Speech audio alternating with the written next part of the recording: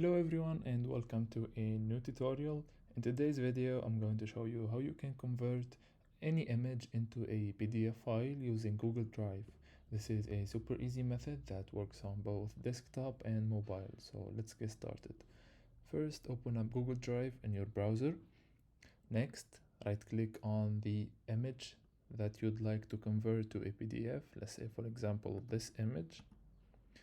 Next, select Open with Google Docs. This will open up a new Google Docs file with your image inside. This is the image.